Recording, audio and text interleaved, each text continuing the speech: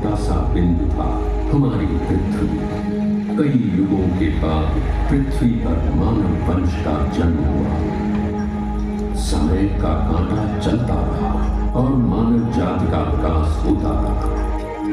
आदिमानव से शुरू हुए इस संक्रमण के हर युग में, हर सदी में मानव भटकता गया और ऐसे भटकते हुए मानव को आयुष्य का सही मार्ग दिखाने के लिए किसी न किसी विभूति ने हमेशा जन्म लिया।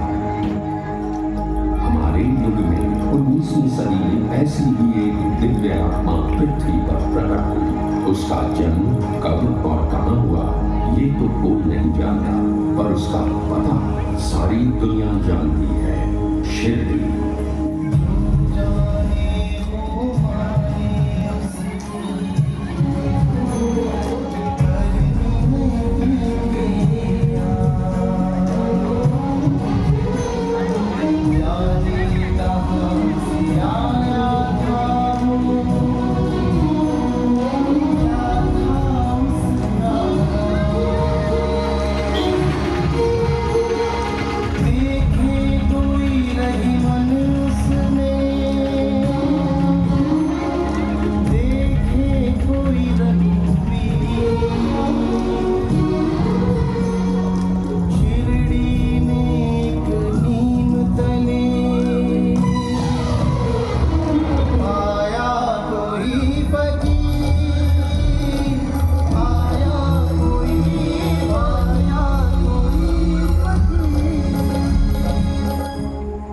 बदन पर कफनी, सर पर रुमाल, लंबे हाथ और कृपालु आंखों वाले इस फकीर ने गांव की एक पुरानी टूटी फूटी मस्जिद में अपना डेरा डाल दिया और इस मस्जिद का नाम रखा द्वारका माई।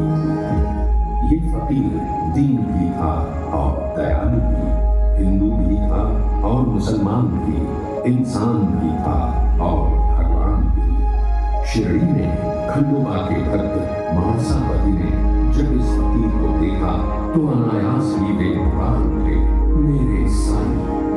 आज वही साईं पूरी दुनिया का साईं बाबा बन चुका है।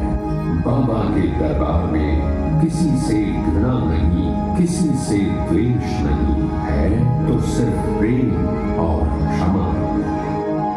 समय चलता गया और बाबा की कीर्ति एक सुगंध की तरह सारी दुनिया में फैल गई।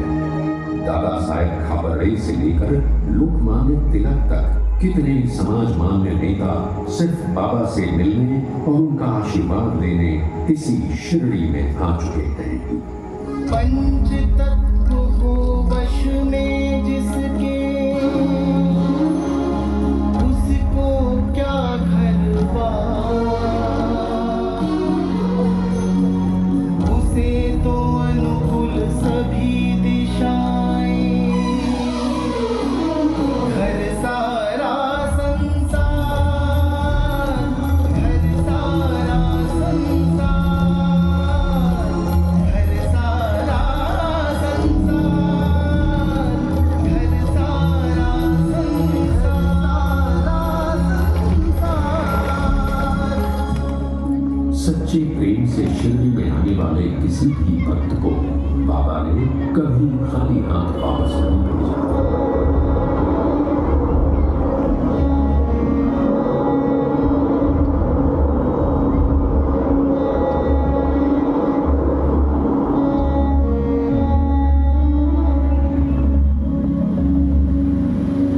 बाबा के भक्त अनगिनत हैं और हर भक्त की एक कहानी है।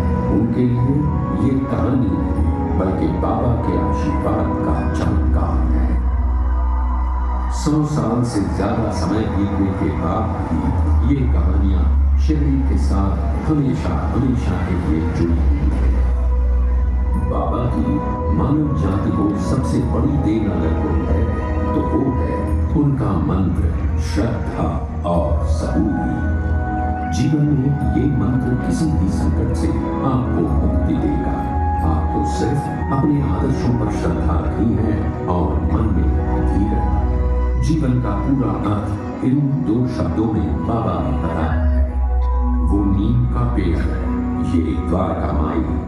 बाबा की ये धुनी, ये सब आज एक कभी न मिटने वाला इतिहास बन गए। पूरी दुनिया से यहाँ भक्त आते हैं और उनके मुंह में एक ही बात होती है, बाबा का बुलावा आया है। बाबा के दरबार में कोई धर्म नहीं, कोई जाति नहीं, कोई अमीर नहीं, कोई गरीब नहीं। यहाँ आने वाला हर मनुष्य सिर्फ बाबा का भक्त होता है। हर एक की कामना पूरी करने वाले बाबा कहते थे, सबका मालिक एक है। आज आप भी इसी पवित्र शिवलिंग में बाबा के दर्शन लेने के लिए आए। आपकी भी सभी इच्छाएं